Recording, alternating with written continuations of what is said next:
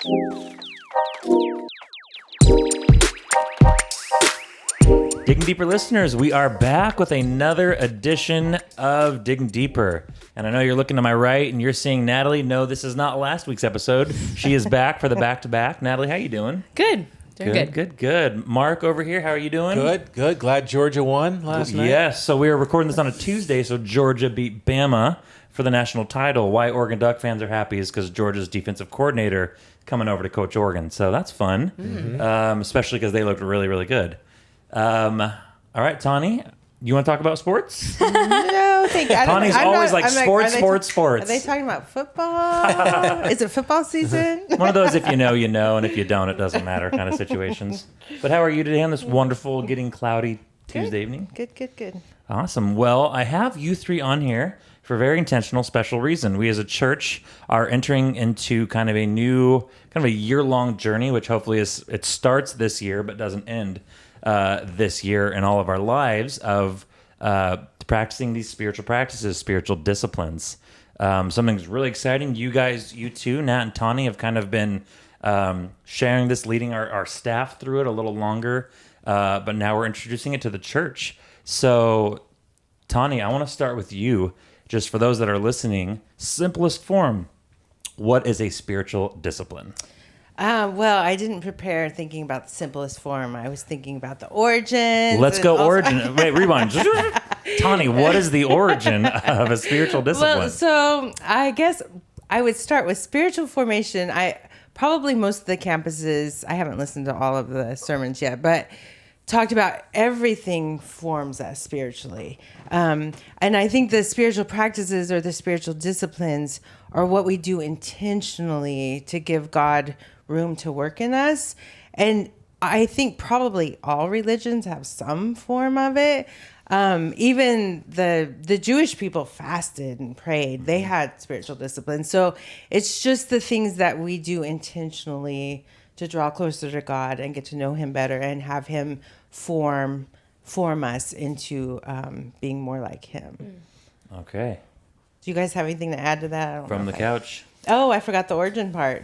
Do you guys know the monks and desert fathers and all that good stuff? Oh, I like that stuff is so fascinating to me. Like we talked about this last week because one of my favorite books was on that, all the different types of movements and Christian spirituality through history and all the different spiritual disciplines they would do. And some of them were so weird, but I love that stuff. Like all these different types of spiritual disciplines. I find it, origins as in like when they first practiced. And different practices have different origins. Oh, sure. Okay. Yeah. I was going to say origin like Jesus. Gotcha.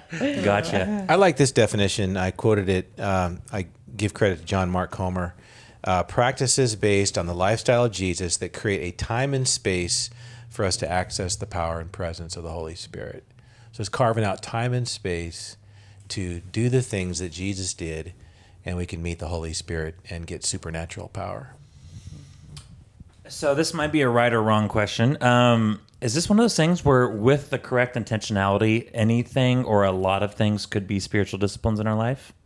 Or would you say there is a finite, limited amount of things that we would call spiritual disciplines? Yeah, so this might be unpopular, but I think that there are hundreds of spiritual disciplines personally. I think there are many different things that can allow us to experience God. I know that gets a little hokey when you think about the ways that that's been misused in history. Like, I can't even think of something. I'm walking. Yeah. I saw one of the spiritual. Wait, but Dad, I actually would say, so Tawny and I are in love with this book by Adele Calhoun it's a spiritual disciplines handbook, and there's like 75 different spiritual disciplines. And one of them is a prayer walk because Jesus did that. And there's like exercise and like things like that. And but not like I'm buttering my toast, but I'm thinking about God, like that might not necessarily be. Well, the toast buttering is probably not a spiritual discipline, but thinking about God. But thinking about, that totally answers my question, which you say kind of hokey, but I think to some who might feel like maybe they've come from a church or a religion where it's like really, really hard and there's only one way to really get close, that could be liberating in a sense where, I thought I had to read my Bible in a year to get closer to God. Now you go on a walk, you clear your mind, take a couple deep breaths, practice these things that we as a church are introducing, and like that is a good step to get closer to God. Yeah, I think like that all, even if you practice like 75 plus spiritual disciplines, I would say they all are grounded in the word and prayer and like fellowship.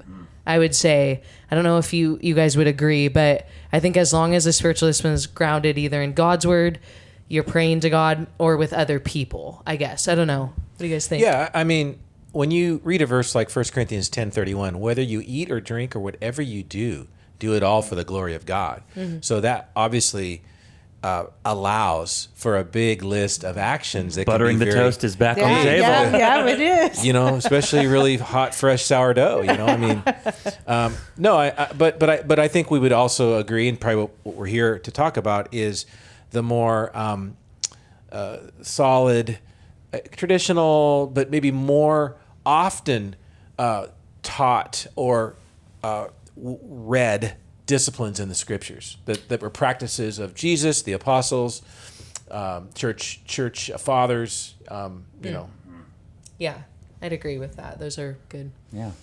And what we're going to get into in a little bit is like, we're kind of laughing and joking, but like these literally, they're life-giving and almost life-saving to a degree, where I think you kind of shared at Rogue River, where it's like, man, something needed to change. We're going to get that into a little bit, but I want to give our listeners maybe a little insight into church leadership and how we kind of function, in a sense of what was our process like as a church. I mean, again, you three being kind of the head of this, what was our process like? Like, how did we get here to decide that we are leading our church through these spiritual practices? We've always believed in these things, and we've talked about them. And I shared in the teaching that it's not like these have been missing.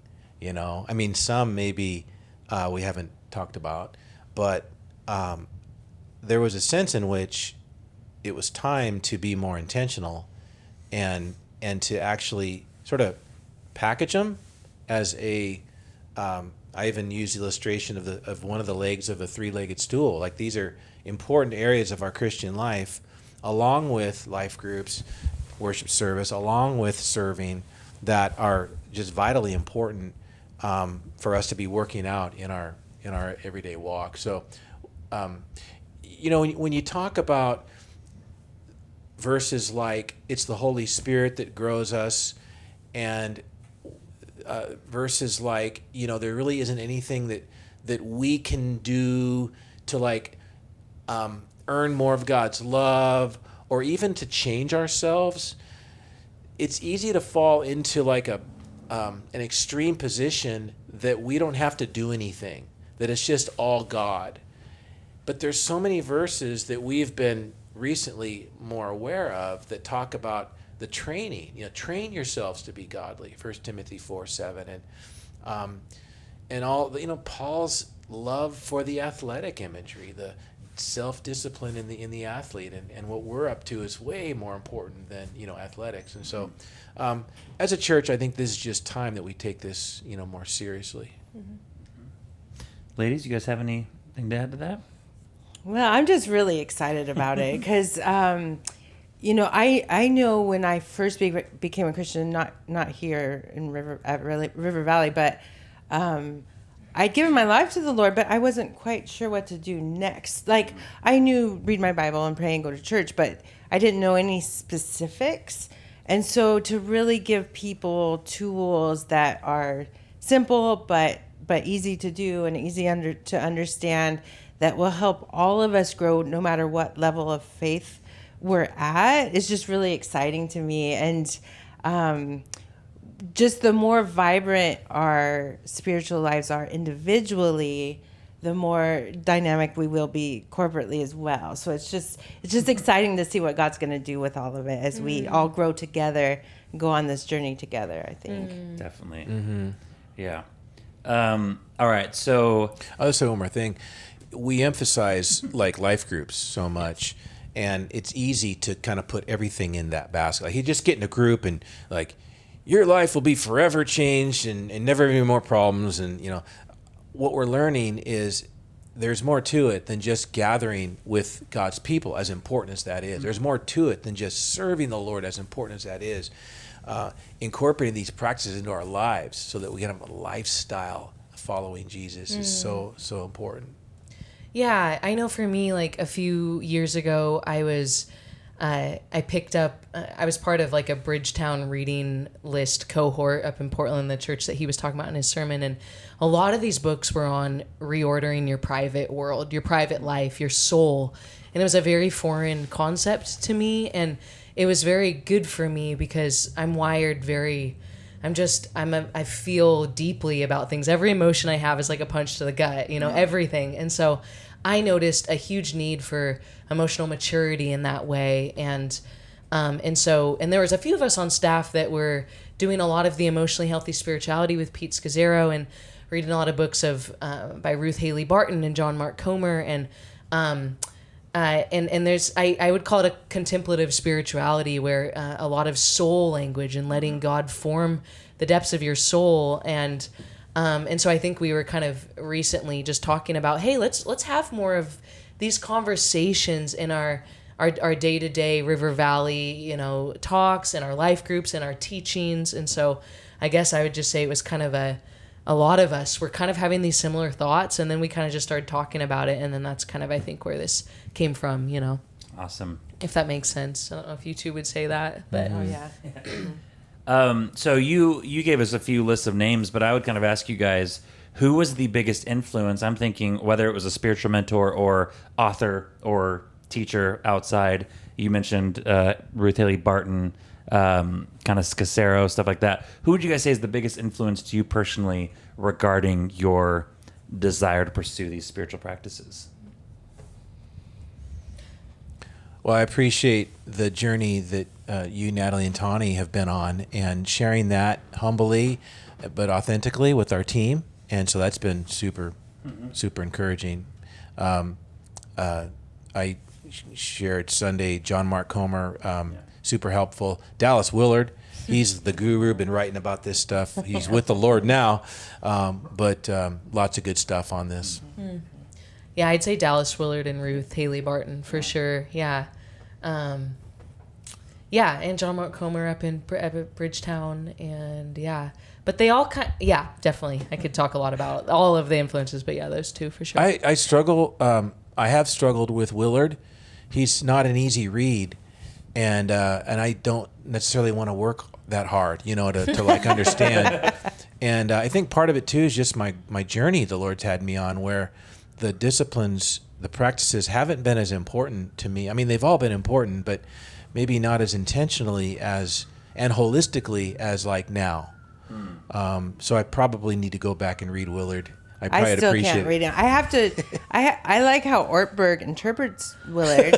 He does. Because like a translator. I just have to keep reading the sentence over and over. Like, I still don't get it. I like his quotes, and I love hearing people talk about him. I learn a lot from that. But his actual books are just over my head. Let's not forget he was a philosophy professor at USC for his whole life. So I mean, There you go. All right. Okay, well, let's go to the source of all this. I'd say that's Jesus. And so, Nat, I want to point the needle to you and ask kind of how did Jesus practice these rhythms while he was on earth? Why? Yeah. How did he display and demonstrate these? Yeah, so he just wrote out a few of these. So, we see Jesus immerse himself in the spiritual disciplines. So, just to name a few, after his baptism, Jesus was in solitude and fasting for 40 days. He spent a lot of alone time, often spending entire nights in solitude and prayer. Before big decisions he made, like picking the disciples, he'd spend a lot of time in solitude before serving the needs of his hearers the next day. It's how he began his ministry. It's how he made big decisions. It's how he dealt with troubling emotions like grief and sadness when he had those. It's how he dealt with the constant demands of his ministry events. It's how he prepared for his death on the cross, having a night of solitude with Jesus. And so we always see him withdraw from he would just withdraw from his daily demands. Sometimes, in Mark 6, we see him taking his disciples with him to withdraw. And so, it's fascinating because we place a lot of emphasis on, like, we say, oh, what would Jesus do? What would Jesus do? And there's a lot of emphasis on like the on the spot moments in Jesus' ministry. So like his miracles and his teachings and those are amazing, but we forget how did Jesus get to that spot? Right. And I think we'd serve ourselves better if we asked, how did Jesus get to the place where he did his on the spot moments? And I'm not saying that he needed to necessarily like be better in certain ways or be more perfect, and that's what the spiritual disciplines did, but I do think it was out of his constant time with the Father that he was prepared to be able to do certain things at a better place, I guess, if that makes sense. I don't want it to sound, he had to grow in wisdom and stature, and so I think we often try to do things like turn the other cheek or go the extra mile and love our enemies, but we can't do that unless we've done the prep beforehand.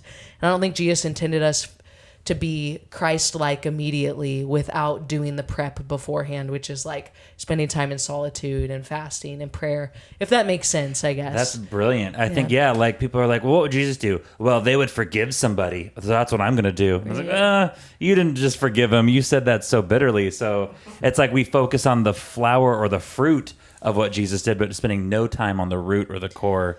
I think you said it beautifully. Of course, no one gets up and just hits a home run. Like, you do that after all the prep time, And so anyways, yeah. Oh, I love that. Do you guys have anything to add to that? That was very well said by Natalie.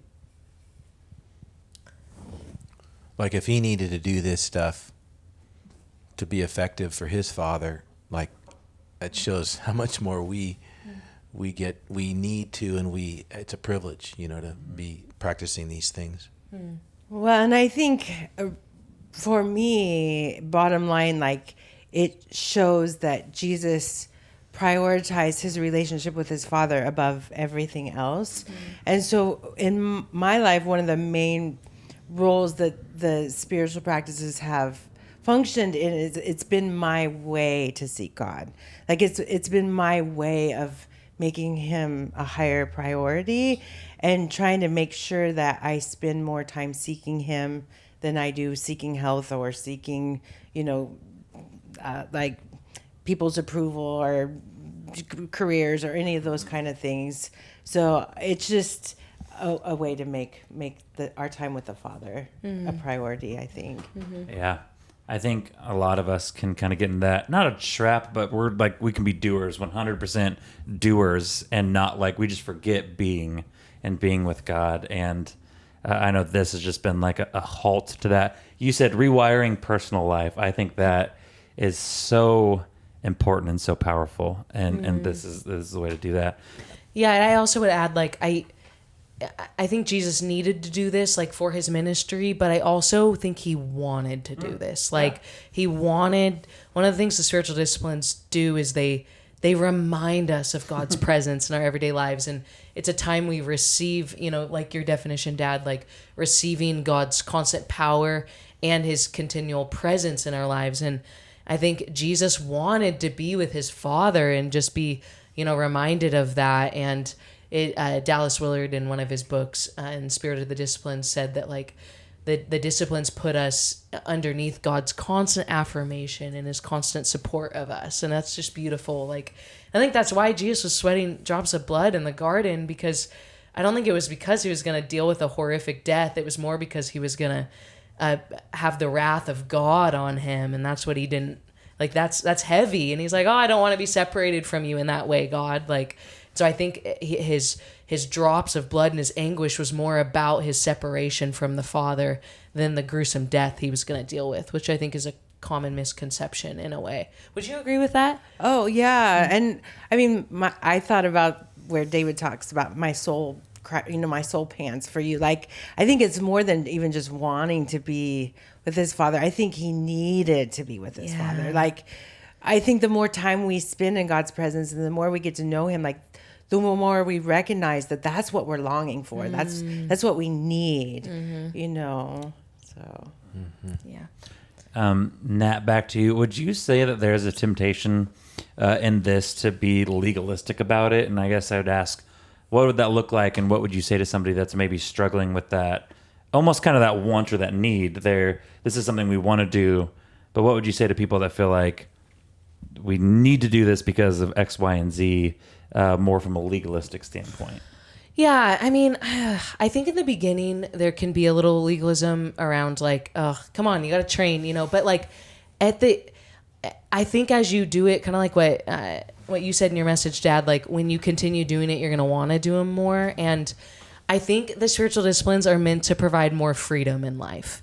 So like, come to me all who are weary and I will give you rest. Like, and so I think that's the goal, that they provide more and more freedom in your walk with God. And if they're not providing more and more freedom, then I don't know if we're doing them right. Okay. I guess. I don't know.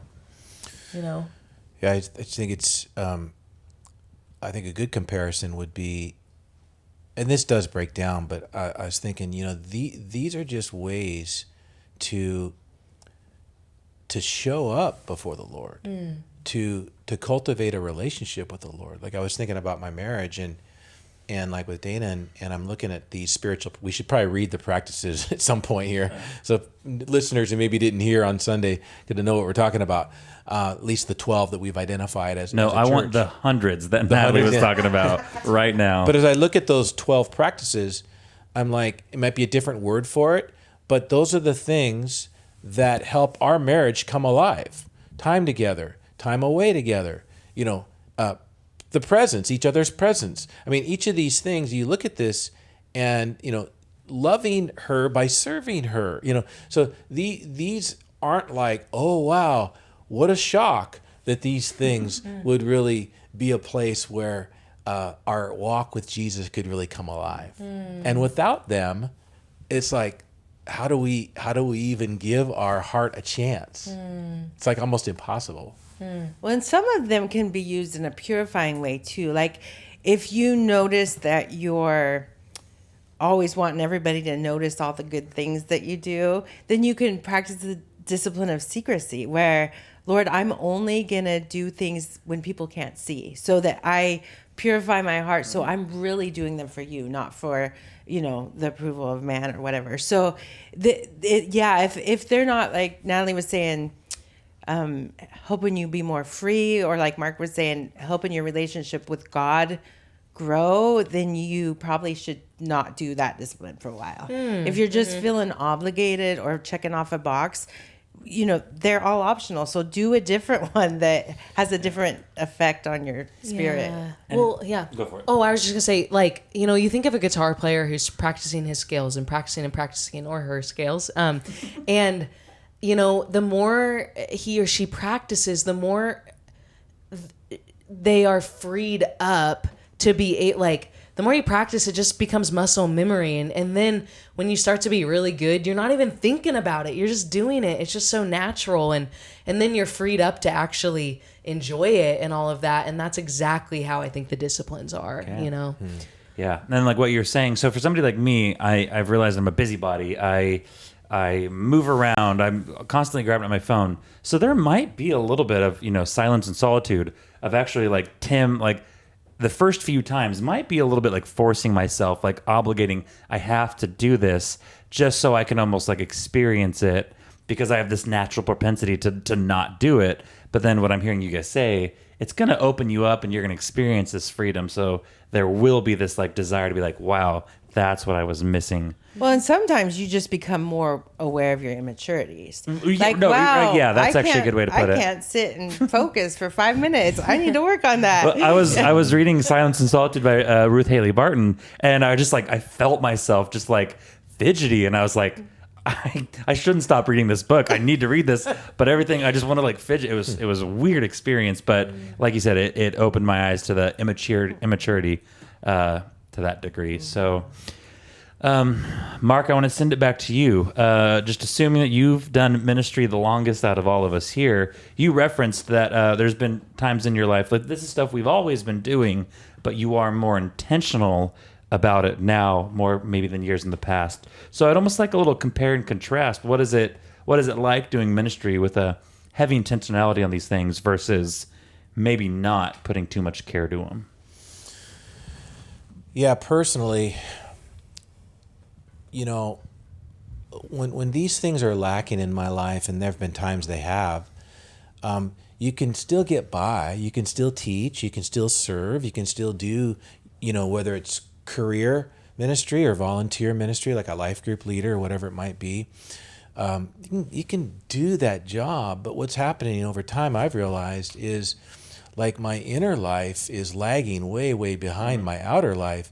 So like when 5 o'clock on Saturday night shows up, I have to teach whether I'm ready or not spiritually. So that's really, think about it, it's kind of a dangerous place to be in spiritually. Like I have to talk, I either have to be ready for it or be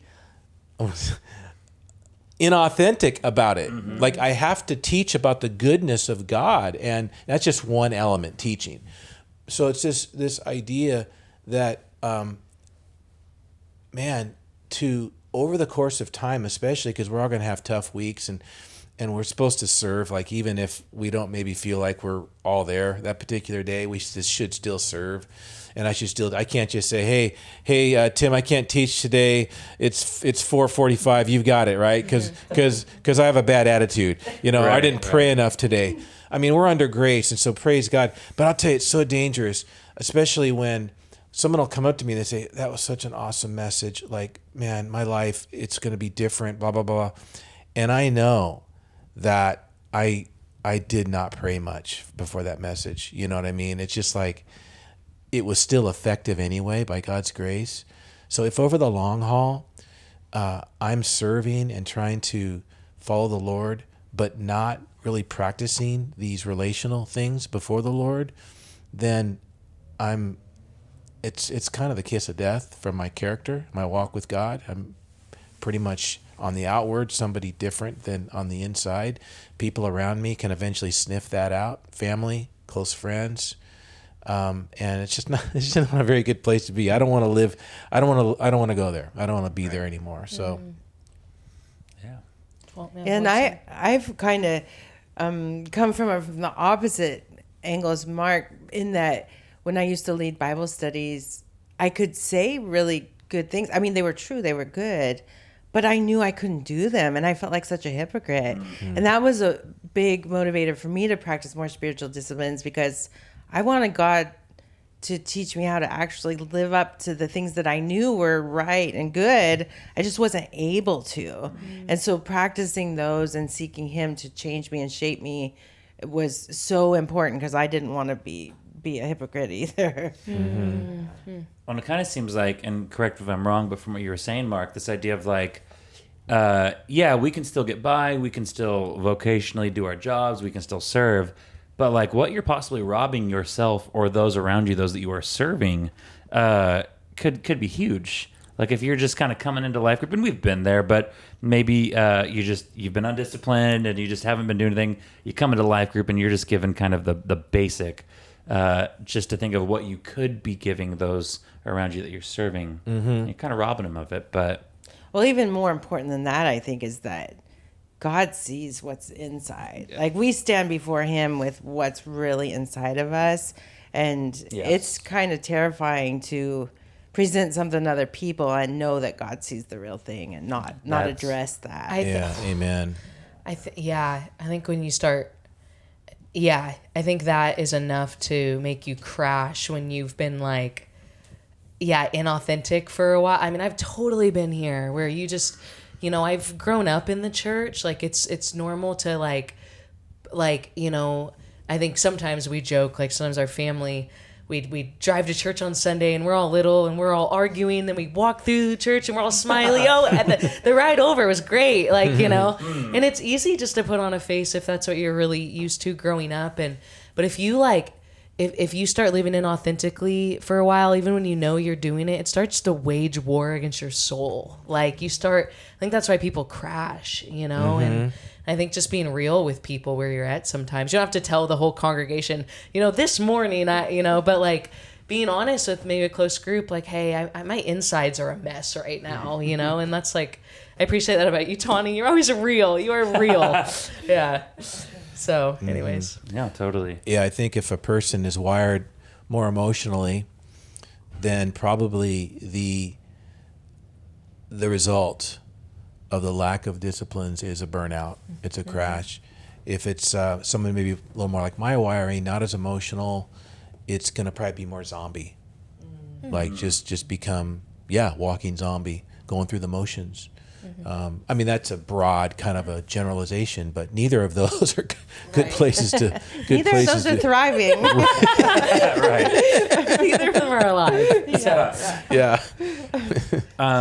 And corporately, the difference is you now have a church that is focusing not just on doing, groups and ministry, but really doing the lifestyle thing.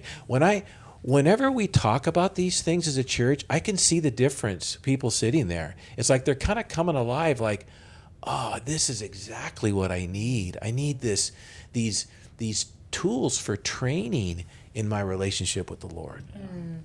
Growing in their independent walk with the Lord, which then will bless the corporate church altogether. And just make it come more alive, I think is what you said. Well, one last thing. I shared something this week that following Jesus is not about trying real hard, but training real hard. And man, I just think having our eyes open to that truth is such a game changer. Because everybody who's been a Christian a while knows the disillusionment and the failure of just trying hard. But training puts more of the focus on just because we do love him, just doing these things, being with him in these areas, and then we can just let him take it from there, right? And I think that's, like if you're, and I use this analogy as far as like, our health physically. It's like we can be all concerned about losing weight, for example, but we should probably just ditch the scale. You know what I mean? And just love more the practices, and That's a good point. and just, more of a lifestyle thing. I'm not saying to ditch the scale, but it's probably not productive on the second day of your new journey physically. I actually do think, though, a lot of weight loss programs or whatever will follow that as well. Don't look at the scale, but Change your life, practice. I think go ahead, Tony. You were. Oh, okay. I wanted to go back to something really quick, and we were talking about the purpose of the spiritual disciplines, and something that's been good for me is, and probably for other people too, what the spiritual disciplines do, I think, more than almost anything, is get us reminded on what is reality, and like what's the truest thing about life, and what's the truest thing about us, and we're busy and sometimes that's not bad. We're intentional. We have good stuff going on Monday through Friday. And it's sometimes we can think life is just about our work and doing this and doing that. But like the truest reality of life is that God is, God is present. Like, and actually I believe our deepest desire is to have communion with God. I think as humans, we might think our deepest desire is this or that, but our deepest desire truly is communion with God. And when we spend time with God, he realigns that to our deepest desire to himself. We might think the truest part about ourselves is that I'm a daughter, or I'm a sister, or I'm a mom.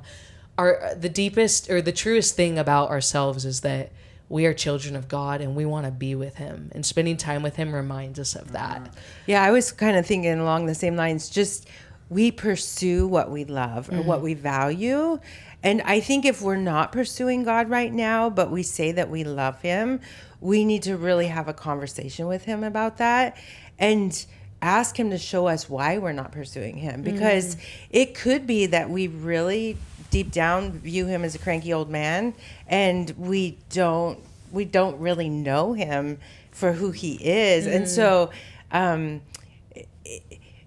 to train ourselves to pursue him and to value him and to ask him to reveal himself to us in such a way that we want him more than anything else is so important with practicing these things. Right. Isn't that interesting balance between, the love for the Lord that should drive us to these practices, but the flip side, and we talk about this a lot, have some good debates on it too sometimes, but the flip side is like we can, through obedience and through these practices, help get our heart in the right place. This morning was a classic example, man. I was like such a zombie when I woke up today. I didn't even want to be a Christian.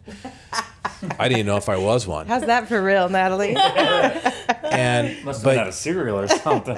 but you know, by God's grace, this is like the first thing I do, you know, after a shower and get my coffee and I'm with the Lord. And I mean, every day isn't like, you know, revelation, hallelujah from on high, but like, what a difference in just a few minutes spent with the Lord and in prayer and in his word and just, and the reality of him and life and why I'm here and what it's all about, what's important, what's not.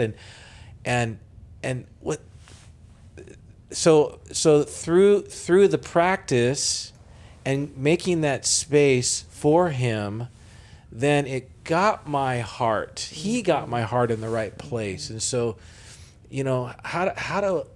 But you were making him a priority still, even though Yes. you didn't feel like it. Yeah. You still honored your relationship with him. Yeah. And put him first, even though your heart had to catch up. Yeah. And then good came out of it. I can hardly even tell you a time when I haven't spent with the Lord that it wasn't like positive. Like that was, they all haven't been like revelation, you know, but it's always a good thing. Well, and the flip side of that, Mark, is I know there was a time when, I started reading my Bible out of fear because it was the only thing I could do to try to earn points, whatever.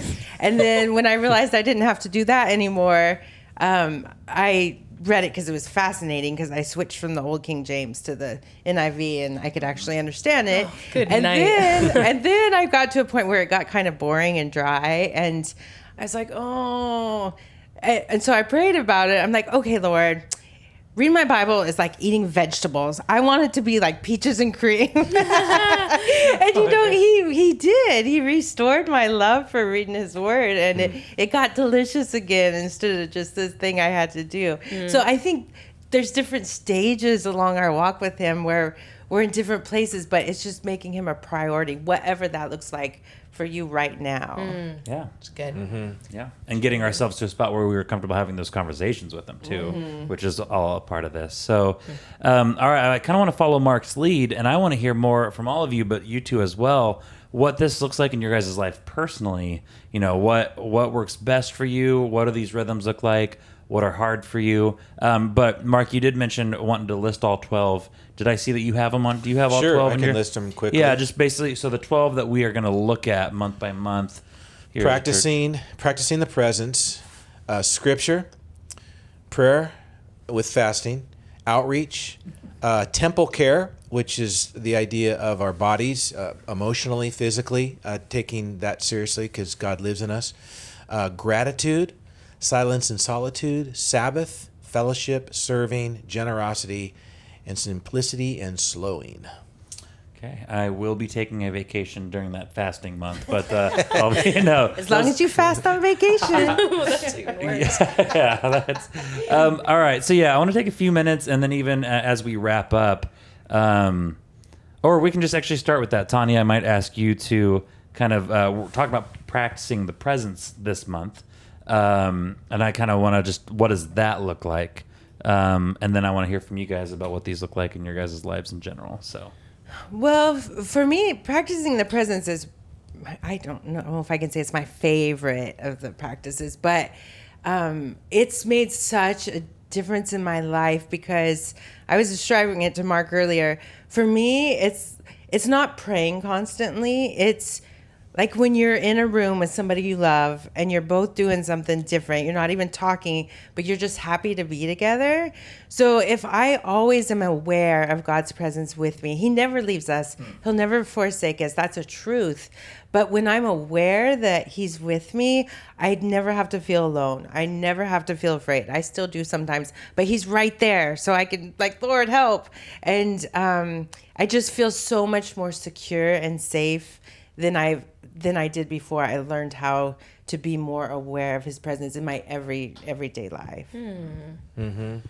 would you guys say that there's some of these practices or disciplines that come more natural to you over others? And obviously, you don't settle with that. You always look to kind of grow in that. But what would you say are the ones that maybe come more natural to you than other disciplines?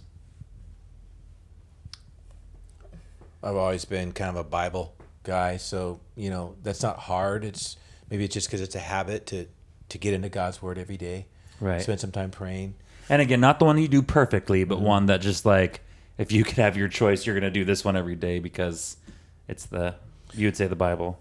Right, but the hardest one for me, and also the one I'm most excited about, is this first one, practicing the presence. Awesome. So with you, Tawny, on that, because I sense it's such a big deal in my life when I'm more in that zone, and the presence of God, and it's just more of like that awareness, and I'm just it seems like, okay, I understand that illustration because like if I'm in a room with Dana and I know she's there, but to take that next step, and it's good because I'm not as talkative and she is, so to be more chatty, like it's a good thing to be more chatty. So like I can be that way with God, not in a disrespectful way, but like just asking for his help and talking to him throughout the day, being thankful, being more just in praise to him. I even think that's what the Bible means when it talks about the fear of the Lord. It's like, it's not that we're cowering, unless we need to be because we're completely out of line. But, this idea that I just have an awe and respect for his presence, and I care because he's watching. I do care about that. So that is the one that's the hardest for me, but it's also the one I'm the most excited about. Okay. I think everything just flows out of that. Yeah. I this isn't really on our list, but you could combine some of them. What's been best for me is retreating. That's been like huge for me. Trying to get out of town. I try to do that once a week. It doesn't always happen, but I have like a few different spots outside of Grants Pass that I just spend like almost a whole day just unwinding. Dallas Willard once said that like retreating and Sabbath, it does three things. First, it reminds you have a soul. Second, it reminds you that the earth is beautiful. Like God reveals himself in creation. It's beautiful. And third thing is that it reminds you that people aren't as bad as you think they are. And I think when you get away in silence and solitude and retreating in Sabbath, God kind of reframes stuff for you. And as I shared, I feel like I'm frequently in like inner stuff is tangled up, all my emotions and everything from the week is just piled up. And so at the end of the week, I try to unpack all of it and let God kind of sort it out for me before I vomit on people. And so, anyways, retreating in silence and solitude and Sabbath has been so good for me. And I have tried to do that a lot lately. I'm not the best at like serving. I have friends who are so good at serving and like outreach, and I just, make plans when people are serving. I don't know. I sometimes slip out of it. And so I'm just not as like, I'm not as good as like, at like seeing needs and being like, let me serve you in that way. And I just want to get way better at that, in my walk. So that's me. All right. Cool. Well, and I think it's a fun combination of some of the ones that are hardest for us are the ones we need the most, and then some of the ones that come naturally we really get to enjoy with God. So it's like a fun playground mix. kind of. Yeah. For me, I think because I'm the opposite of Mark, I'm very chatty. I could talk God's ear off and never actually be still and listen. So for me, stillness and silence has been really important because it, like Natalie was saying, it just reminds me that he is God. I'm not. I'm his child. So I can just rest that he can run the universe all by himself. And I just need to follow him and do what he tells me. So it recenters me, kind of like you guys are saying. So yeah. Without being aware of his presence, how do we live by faith? Right? And like faith is really the core thing. And all of these moments in life is where life is lived. I mean, not to be philosophical, but so without the Lord there, or the awareness of the Lord there, then it sort of can then separate our lives into categories. Like the spiritual part, I left that at church, or I left that at home in my prayer time. Now I'm kind of doing my thing. And so the presence of God just really helps. It helps it be a thing of integrity. It's consistent. It's whole. Well, and I think it adds so much meaning to our life because we can butter toast thinking about the Lord, and it matters. It's not just an Everyone's errand. gonna It's not go just butter their toast. It's not just the grind. It's not just a day at work. It's not just a difficult customer. I mean, It's a complete perspective change. That's so good. We often think of radical discipleship as doing these huge things and moving, and like you said in your sermon, we think about being a missionary, and we might think we got to go do that for the Lord, and certainly we should be radical in many areas of our lives, but like the day-to-day like pondering of God, like maybe that's the most radical part of our lives, you know, just doing that. Like, well, it is. I mean, when you think about Job's life, he wasn't doing anything fantastic, but the whole cosmos was watching this drama, just whether he was going to stay faithful to God in the midst of his suffering. I think we see things so differently as humans from how God, because he just looks for hearts that are seeking him. It's so different. That's cool. Yeah. well, and remember the guy who gets the most credit for coining this phrase, this is on the bookmark, Brother Lawrence, a French monk in the 17th century, was a dishwasher. So in a sense, he wrote about this concept and what a blessing God's presence was when he was washing all these dishes. And peeling potatoes. Yeah. Oh, yeah. I mean, that's pretty, it might be 17th century, but that's pretty practical for today, whatever it might be for us. That's good. Yep. I think I learned how to whistle when I was washing dishes in a restaurant, so I feel like we need to step up our game and work on our spiritual practices. But That's one of the resources, by the way, maybe a next read. It's small, short book, Practicing the Presence by Brother Lawrence. Right. Which resources, on our spiritual practice. I think I put that on there. On our website. On your website, on the website, rivervalleycc.org/spiritual practices. I think I put 3 books on there or something like that. okay. So which that literally led us right into our resources. So the website is going to be kind of a good shortcut. The Brother Lawrence was one of those. And do you have any other resources that maybe aren't on our I website? think Natalie put them all on the webpage, so you guys can go check them out. Yeah, and just a reminder, the webpage has resources on spiritual disciplines themselves, practices, and then resources on practicing the presence underneath. So if you want to learn more about the disciplines, we have some books. If you want to learn about the practice of January, practicing the presence, there's some articles, I think, in Brother Lawrence's book. Incredibly thorough. Thank you, Natalie. And if you were at a campus and they ran out of bookmarks, which are probably going to be a very helpful tool for me having that by my side, we are going to have more at our campuses. So show up to church, grab a bookmark, check out our website. Guys, as we wrap up, any final thoughts? Anything that you weren't able to say that you want to? I just want to say, Zombie made an appearance twice today. It was mentioned twice. Right. So thank you for joining us, Zombie. If you're playing Dig Deeper Bingo and you had the zombie box. All right.